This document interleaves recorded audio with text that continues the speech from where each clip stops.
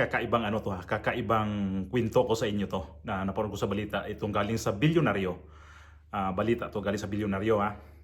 Cynthia Villar sumugod na naman sa mga pagbabiral sa kanyang mga ginagawa. Kasi ilang viral na to sa nangyari. Pangatlo na to ha. Kung hindi ako nagkakamali, pangatlong viral niya to. Yung una, yung doon sa may security na parang inaway niya.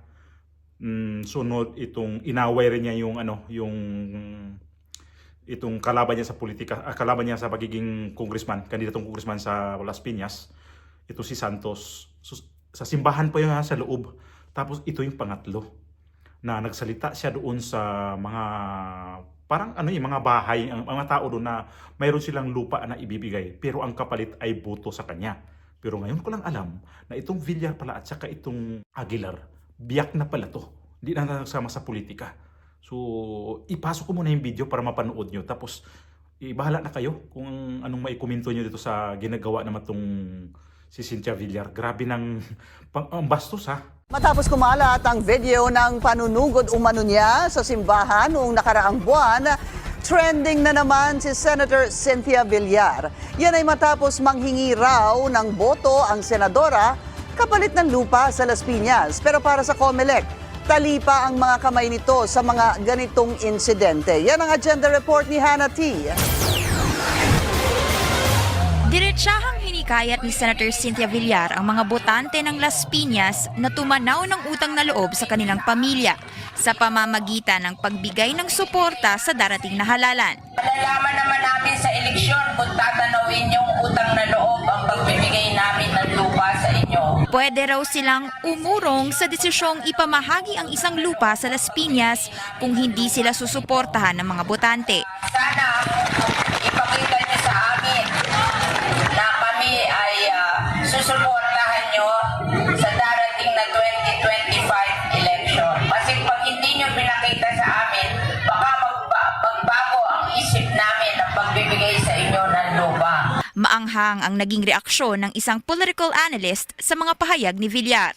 This is so glaring kaya nakakainis. No? Inuulit ko, this is the height of impunity. Na ginawa pa nila ito in public. No? Sobrang kapal ng muka, sobrang walang hiya. Si Senator Cynthia Villar gustong makipagpalitan ng posisyon sa kanyang anak na si House Deputy Speaker Camille Villar sa susunod na taon. Si incumbent Las Piñas Vice Mayor April Aguilar naman nagkasundo sa kanyang inang si incumbent Las Piñas Mayor Imelda Aguilar para magpalitan din ng posisyon sa 2025.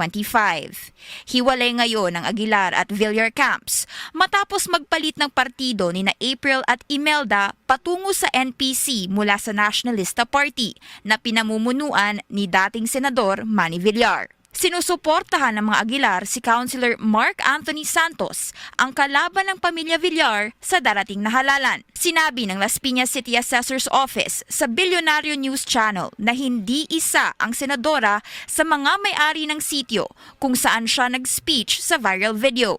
Ito ang sitio Pugadlawin. Kung mapapansin natin, tabi-tabi yung mga bahay at ayon sa barangay staff, nahahati daw ito sa 5 zones. At bago pa man, nagbitiw ng mga ganoong salita si Senator Cynthia Villar, matagal na raw issue sa mga residente ang lupa dito sa Las Piñas. Hati ang sentimiento ng mga residente. Pero ang ilang mga nakausap ng BNC, kilala na raw ang serbisyo ng mga Villar. Maganda siya lakad dito. Pa rin na namong bubutuhan na siya. Sila pagbubutuhan. Bakit?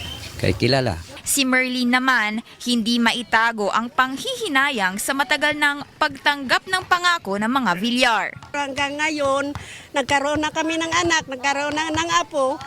Ganun pa rin kami. Ayon naman sa Commission on Elections, walang batas na nilalabag ang mga pahayag ni Villar. Pero ibang usapin na raw kung mangyayari ito sa mismong campaign season dahil pwede itong ikonsidera bilang vote buying. Tayo ay magiging very strict kapag pumasok ang 70 araw sa national position bago ang eleksyon at 45 araw sa local position naman bago ang halalan. Dagdag pa ni COMELEC Chairman George Garcia, Sa ating mga kababayan, nasa sa inyo naman po ang mandato at magsasabi kung kayo ay maniniwala, at number 2, kung inyo pong ang tawag natin dyan ay kakagatin yung mga ganong klaseng mga pangako ng mga politiko at mga kandidato. Sinubukan ng Bilyonaryo News Channel na humingi ng pahayag mula kay Villar at ayon sa kampo nito, ayaw na nilang palakihin pa ang issue. Sa sinabi naman ni itong si Comelec Chairman Garcia, nasa inyo na kung sinong iboto nyo. So, yung ginagawa ni Villar doon, ni Cynthia Villar, parang kinukondisyon yung mga tao. Kung hindi nyo kami iboto, itong lupa na ibibigay namin sa inyo, hindi ito namin ibibigay pag hindi nyo kami iboto. So, kung iboboto nyo kami, so kapalit lupa. Yan yung niya. Yan yung ibig sabihin nun.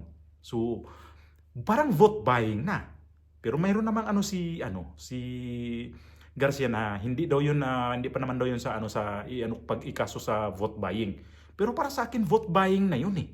Lupa ipapalit doon sa mga sa mga tao. So ang mga tao mapipilitan iboboto nila si Villar kasi lupa na yan eh. Pero ganun lang ng itong congresswoman na to. Ang dami nitong nagiging controversial na ginagawa dito sa pangatlo na nga ito yung nag-viral niya. So, parang hindi maganda.